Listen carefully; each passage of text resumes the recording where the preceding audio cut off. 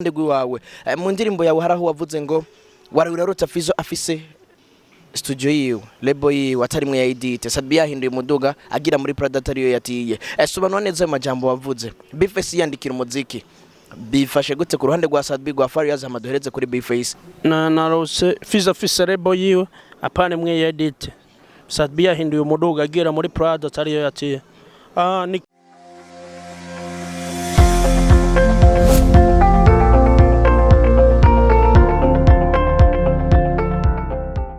hizi ndo flow za kinyama mpamagara neza senetwa makao ti ukitaka twenda nyama nyama hagarara neza wetori ya not mbege wari shikori ko nziza cyane amagunira y'ibigori mbege ushaka ndakuri hikori kuberaga promo my brother I'm sorry simvugira muvumbi kumuvumba kinyohera nuko nzigitumba kigatumba flow za kinyama no musizira rurumba nishakira marevo nka bamwe bicara umumba. Hello my people, reka ndakuramutse ndakubwire mwaramutse canke mwiriwe bivanye naho uherereye ndakubwire ko ndagukunda cyane ni wa wundi nyina guma bashikiriza ibintu bishasha bigezweho ni Allen's really handi wizera yuko bizoba birangiye menya yuko ariho bigiye gutangurira uhoraho aho ubona yuko byakunaniye niho we wahera aha bamwe bavugira we ni hagufashiriza kugira ngo hahandi bakuvugira ni haguhera ni Indundi TV the international TV online. My name is Allen Zarili. Behind the camera ndi kumwe na King AP Max yamari hajya kugira ngo azane ibintu bimeze neza nko amaze kuyura ndi kumwe na Bizzo Uwezo canke niona boy bivana nuko wowe umwita ngo yarose bro nakusalimiye bite nibo meze neza ndashima ijana kwijana inyuma y'igihe kinini muri niona bakwakiriye turiko turone ibikorwa byinshi bitandukanye ngo muri bwa bumwe nyene amakuru yawe imbere yo kuza muri niona nobo byifashe gutitandukanizo riri hehe novuga yuko ibikorwa bisa n'ibyatanguye bushasha kubera nari nasinye kontra muri niona y'amezi 3 ya test bariko barampima barabe yuko twokorana barabivuze no kuma media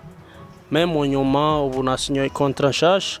cyo tumanaje n'igikorwa gishasha ibikorwa bisa n'ibyatanguye. Wari wasinye kontra y'amezi 3 kugira ngo bakore test bamaze kubona yuko bikwiye koko gusinyana nabo Bizzo Uwezo mufise contract y'imyaka ingahe mufise gukorana kuva ryari gushika ryari mbega ibikorwa muzokorana bizoba bimeze gute harimwo gukorera ngaha harimwo kujabuka hanze bimeze gute murundi wose ariko aradukurikirana hasigarana ubutumwa bwa yumve yuko muri niyo nawe bagufashe gute twa contract yanje nasinye ni y'umwaka umwe ya hariho projet nyinshi muri uwo mwaka turafise indirimbo zishika ku 10 mbere zizozana n'amasanamu zimwe urumva twaripanze kugira dukora ico cy'umwaka nuko twaciyumviriye ko cyane bazana ivy'iwabo nanje nzana ivy'iwabo turicara turaraba ati igikenewe ni iki cyo nkeneye ni iki icyo bakeneye ni iki mu nyuma turumvikana turagihurizako cyo gituma ubona bwabo umwe nyene bwaciye bubandanirizako contract y'umwaka wose uravuze yuko mugiye gukora indirimbo zishika kuri 10 kandi zose zifite amasanamu nakwaje hari amasanamu azokorerwa aha hari yazokorerwa hanze y'igihugu mu kuruhande rw'iwanje navyifuza sana na manager avyifuza kandi ndibaza hajya hari shaka harashika barayamaza basokuru ndibaza turiko turaprepara ndibaza n'ivyo hanze n'ibikorwa byo hanze y'igihugu bizoba birimo ariko kasinga cyane nibikorwa by'iwacu kubera urabona mu Burundi ni heza turafise location ziri international turafise ahantu heza hensho gukorera amaklipe nitwoca tuja nka bamwe baja hanze tubona berekana imiji y'abandi umenga bariko baratugira publicity urumva turafise ikizero neza na neza yuko dushobora gukora amasanamu meza kandi asukuye turi ngaha nyene iwacu mu Burundi ngo turafise ikizere yuko dushobora gukora amasanamu meza ku rwego mpuzamakungu ariko turi ngaha ahanyene mu gihugu ciwacu ni Bizzo Uwezo aheruka gusohora indirimbo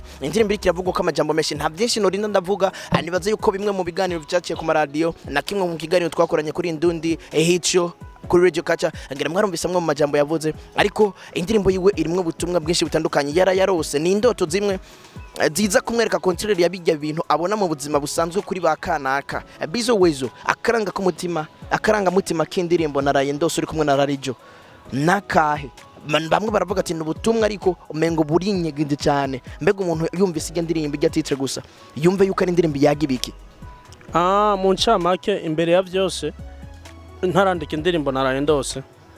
nari umuntu nari maze iminsi umenga ndagwaye ndiko numviriza rap turiko turakora mu Burundi numvirije akahise kabari badukuriye muri rap y'u Burundi kera ma One City One Family wanajeshi n'abandi n'abantu bakora rap iza itwiza ico gihe nari nkiri muto ariko n'abantu bakora rap yadushika ku mutima gushikaho ico gihe novuga bamwe mu Barundi bakunda rap kandi bakayishimira ariko this time abantu rap basa n'abayitaye bivanye n'ibintu umuziki abantu bariko baraduha amaraga masro bita ngo n'abarapere ba mbere candicara ndiyumvira ati kubera iki tutogarukana yakurere ya rap yacu yo mu Burundi uko twari tuyimenyereye kera ndiyumvira ati ni tropic ya heno nogira n'ubwanditsi ubwahe nogarukana this time bukaza butacinga ku bantu benshi mbere n'inspire na bene wacu batoyi banje kubera nkeneye yuko twoza n'ikintu gitandukanye muri rap abantu bari bamenyereye candicara ndandika ndibaza lyrics yanje yari lyrics yaje this time bizani hinduka muri rap kandi naravyemeye ndavuga ati ino ndirimbo yanje ngene ndayanditse ninakora audio igasohoka cyangwa clip igasohoka ndazi hari hinduka nzozana muri rap yacu bivanya na rap zahora zihari ubu n'abantu benshi maze kubona mbe onyene bambwira ati bro appreciate turiko turinjira mu studio dusubira indirimbo dukeneye yuko rap yacu yogaruka hahandi urumva n'ikintu kiriko kirandyohera kandi ndibaza uno mwaka n'umwaka uza rap tugiye gusubira hahandi twari dukeneye kuba turi imyaka yose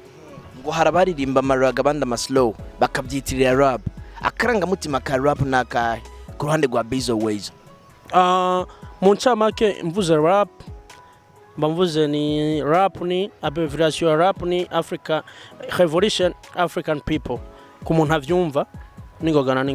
ni bwa buzima nta muntu yoza aririmba rap aririmba ku beat yaraga aririmba ibindi rap ni style iriho yaremwe uko nyene abantu bayikora uko nyene iri nje kuraba ingene media zacu zipromoting indirimbo yayo yose bagafa kuyita rap ni ibintu bihora bimbabaza sana birambabaza kabisa kubera cha tuboneka yuko turiko turigana ibintu ko turigerageza gukora ibintu bitabaho urumva no mu makungu dufasha umuririmbyi yaririmbye indirimbo zaraga canke yaririmbye slow kacumu presentateur niyo murapere wacu wa mbere kubera ubu ndabona no ku maradio ntibagitinya kuvuga kwiyita ba mbere ku maradio canke aba kabiri imbere mbona bacagura n'ibihugu bakavuga umwuko uzabumva ngo je ngo ndo wa mbere mu Burundi no mu Rwanda uwundi urumva uburere basana babugabuye ngo uwundi ngo ndo wa mbere muri Congo n'ahandi urumva baracagura bakaraba ibihugu nyene bifite ama faiblesse bakavyikwegera ko yuko ariho bo barabambere urumva ku muntu akurikirana umuziki wa rap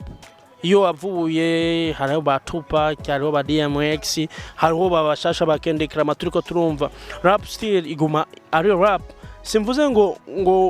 yuko umurapere abarapere ndababuza ngo ntibaje kuririmba birondere ubugani n'ibindi me bamenye bari muri rap bari muri rap bari out of rap nibavuge yuko ivyo bariko barakora ari rap urumva ni kwa kundi baza bavyora umuziki wacu twasigiwe n'abasokuru mu ncamake niko mpora mvuga kubera rap no mu mazina mu Kirundi najya amazina twumva bivuga abakurambere urumva birambabaza sana iyo numvise umuntu ariko aravyora akaza yigirisha utuntu akaca kubwira ngo ni rap nyambo no musuri kurumva Amerika umuziki wabo uri kurapfa ne kubera yakurera ya rap abayikorera ko ari bake urumva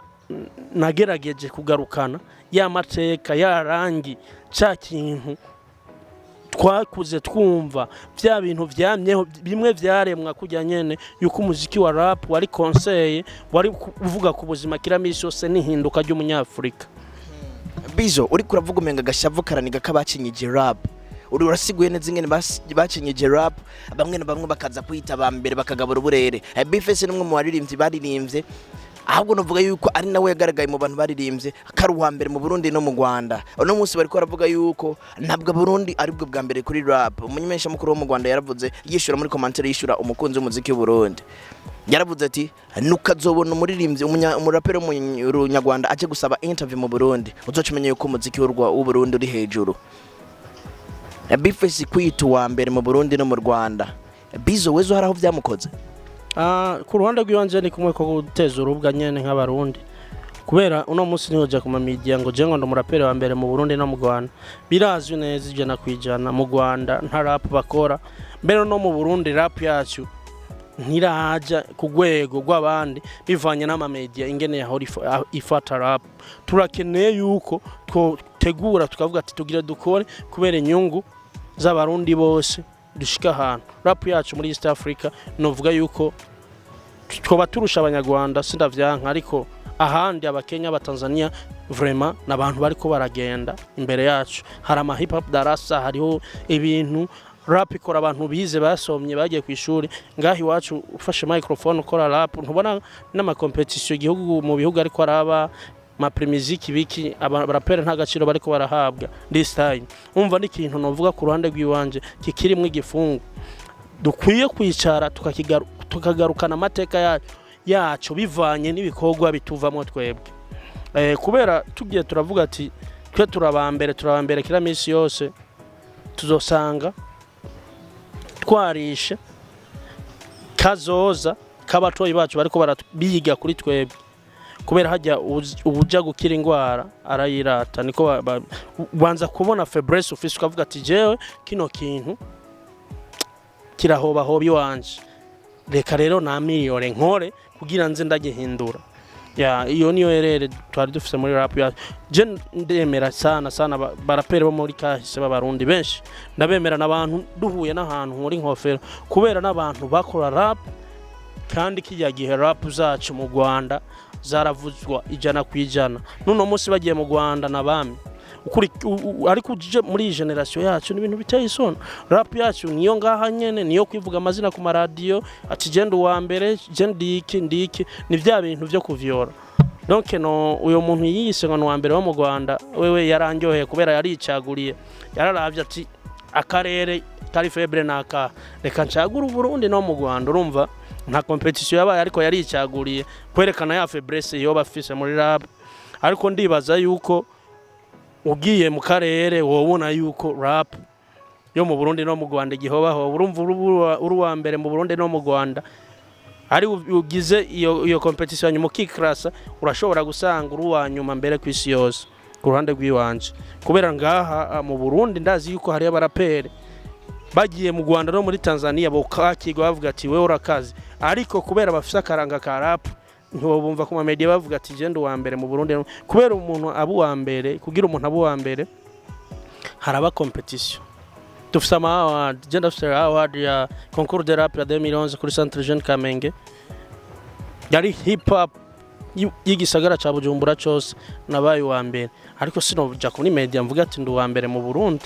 Kubwawe abiyita ba mbere nta na award ya rap bafise? Award barashobora kuba bazifise zimwe babitegurira bo nyene, kubera byo mu Burundi murabizi yuko hariho utuntu nyene tubujanja twabaye, ariko sinibaza yuko bo bafise official award abo bo babita ba mbere.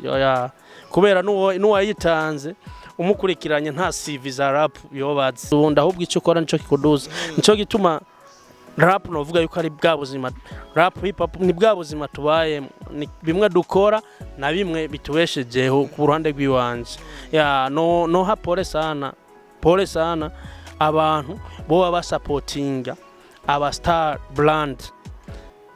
kukubera ntibazi ico bariko barakora ku ruhande rw'iwanje. Ku ruhande rw'iwawe mu ndirimbo yawe haraho wavuze ngo wari urarota Fizzo afise studio yiwe, label yiwe atarimwe ya edit, Sadbi yahinduye umuduga agira muri Predator yo yatiye. Sobanura neza ayo majambo wavuze. Bface yandikira umuziki bifashe gute ku ruhande rwa Sadbi rwa Farious amaduhereze kuri Bface kugira ngo duse n'abasoze? Na rose Fizzo afise label yiwe apane mwe ya edit, Sadbi yahinduye umuduga agira muri Predator yo yatiye. Ni kwa kundi nyene mvuga ati rap irigisha, kandi ku ruhande rw'iwanje